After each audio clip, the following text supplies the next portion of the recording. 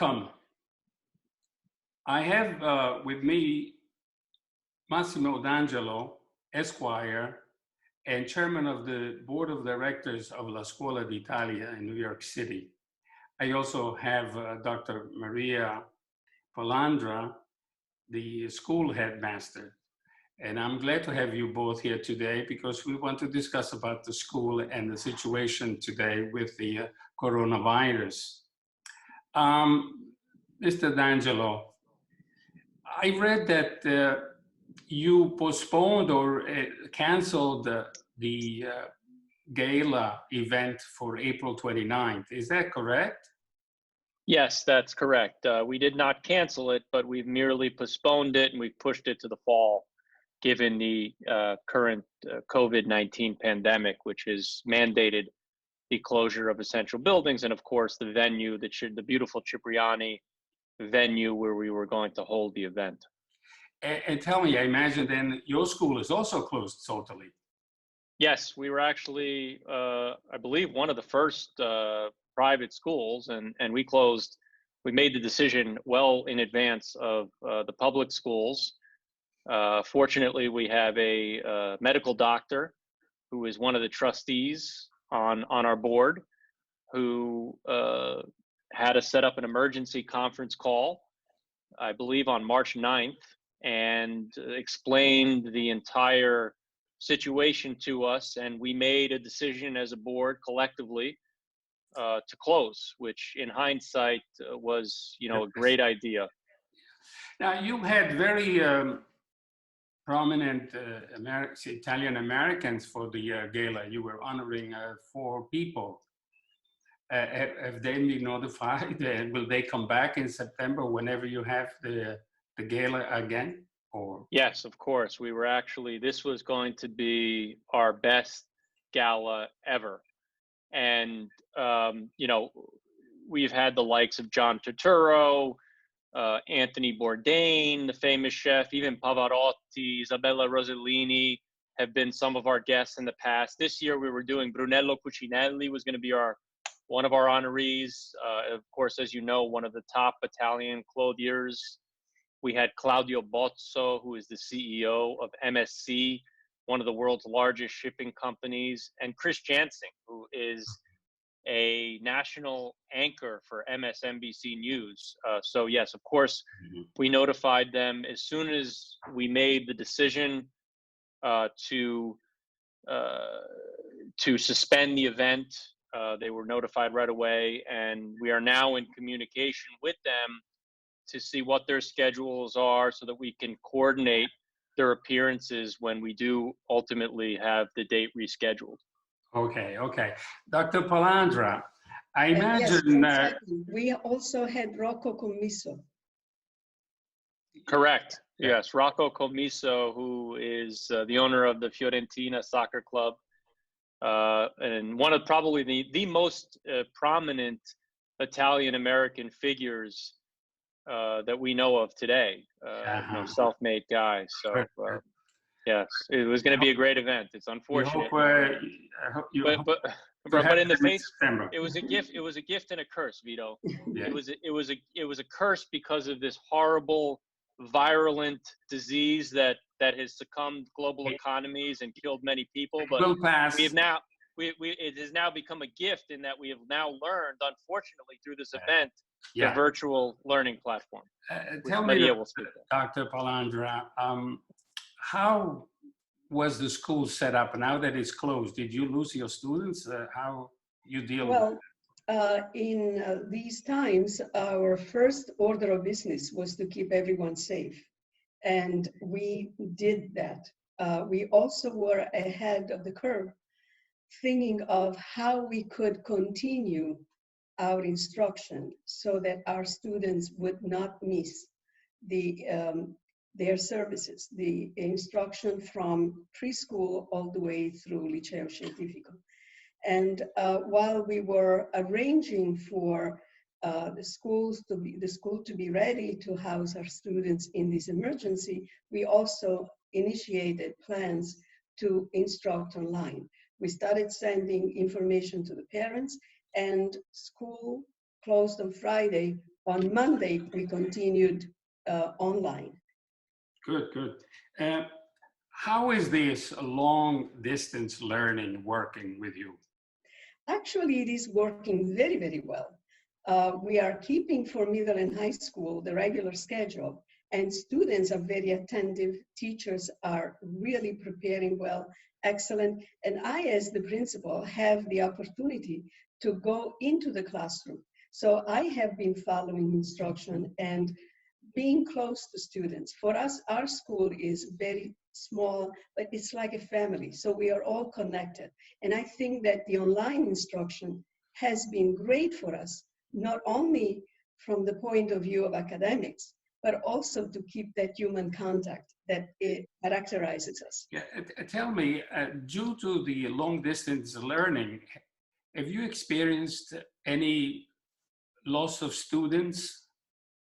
Not due to the long distance learning. Actually, we have students who have moved to different parts of the country. Some students have also gone back to Italy. One of our teachers went back to Italy, but he continues to provide instruction on a regular basis. So we find that in this climate, we are experiencing a different way of reaching people. And it's something that we will use in the future, definitely. Your school, La Scuola D'Italia in New York, is an international school. Yes. What does it mean to, let's say, a parent in New York City, international school? Is it good internationally? Tell me a little more about that. Well, it is really the optimal combination of the Italian educational system and the American educational system. We merge the curricula, and we do provide instruction in 2 languages. It's a truly bilingual school. Actually, it is more than a bilingual school. We also have a 3rd language. We have French, which we are introducing at age 3 all the way through high school. And we have our Latin curriculum. The program is international also because we recently were awarded the International Baccalaureate program, which is a very prestigious program, and it has an outlook that it's very international, yes. The baccalaureate diploma, is it valid for, let's say, internationally, where, let's say, an American student were to apply at the University of Paris or University of Rome? Will that be acceptable by a university there? Actually, the International Baccalaureate is recognized worldwide. So a student could go to China, could go to India, could go to, this is an extension of a high school diploma. But our diploma itself, our students at the end of the program, of the preparation, take the esame di Stato and are awarded a diploma for liceo scientifico. They can take that diploma to any of the European countries. And our students do attend school abroad as well as in the United States and Canada. One last question to you is, have you found that the students are not really following the classes? There are people missing from the long distance learning, or do they attend? Are the parents helping in a sense? Actually, yes, this is really a community effort. We are seeing great attendance. We do take attendance. We have a very clear protocol for students. We take attendance every morning. We take attendance with every subject area. And we find that everybody's participating. They are much more attentive because the focus is on them. I see them in the classroom. They communicate with each other. They are ready. We are also testing, administering tests online. So we are really delivering, especially with older students, we are delivering full instruction. Mm-hmm. The challenge is a little bit more with younger students. And for them, we prepare material that we send to parents at home. We prepare videos. with lessons, activities. And we also offer support to the families and to the children, emotional support. Our psychologist is holding sessions with our children, and we are having webinars for the families. So one more question, even though before I said this would be the last one. In September, do you foresee the same amount of people, students, registration, or do you think that maybe your school will, in a way, lose some? it is difficult to predict. It all depends on how many families would go back to Italy, how many families come to the United States, what the economy looks like. We are basically confronting the same challenges as other schools, plus the fact that our students come also from Italy, that it has been particularly hit with this epidemic. So we are very hopeful, but we really do not know at this point. I am interested in finding out, can a student from Italy attend your school in September, let's say, this new program of long distance learning? Can you accept students from Italy to study here in the US? We accept students all the time. We are a Scuola D'Italia, so for students, it's the same thing as going to another school in Italy. And we work very closely with the principals, the employees of the schools in Italy or in other parts of the world.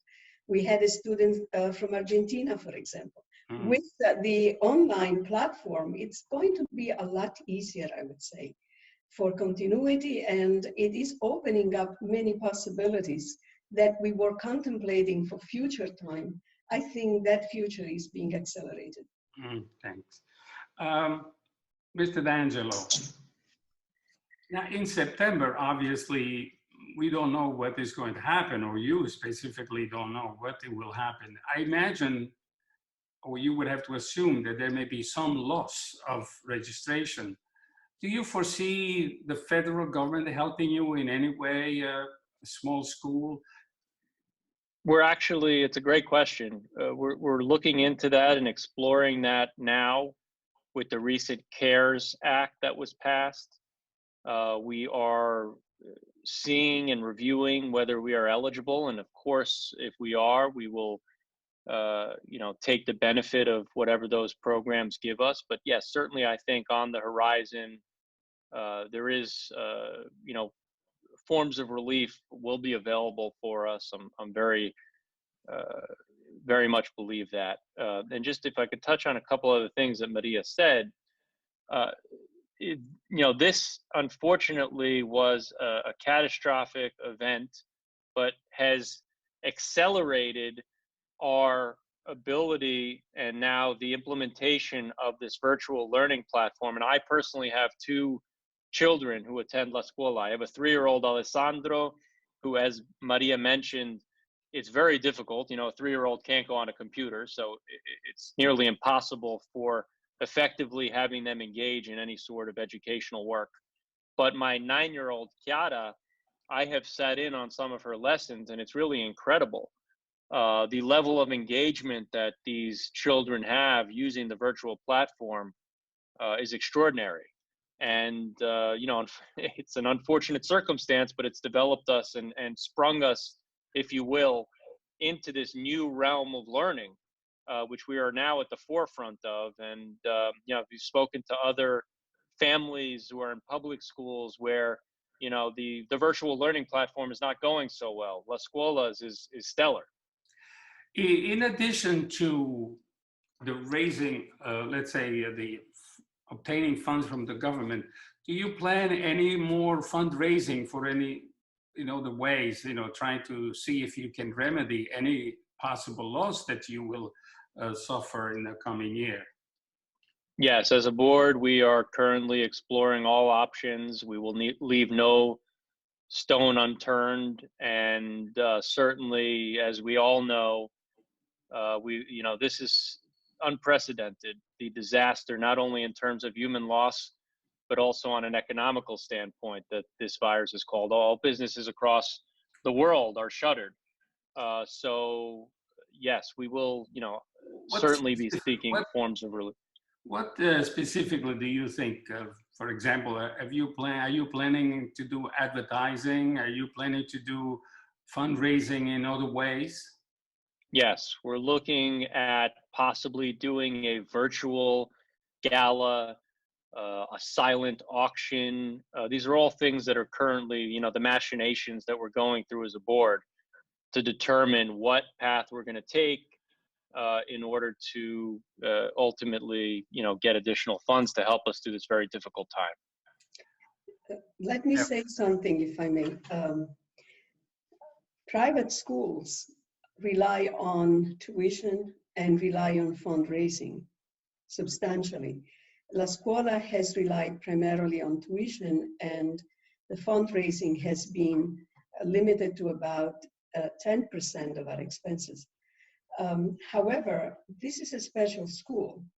This is the only school in North America that has a complete program. It's the only Scuola D'Italia. It's the only school that really offers a bilingual, bicultural, international education.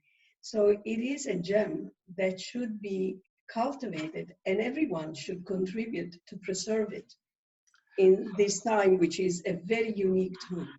Well, obviously, maybe you require more advertising, more people should know more about your school. I do think it's a valuable school, and therefore I will hope that maybe with this interview, more people will find out.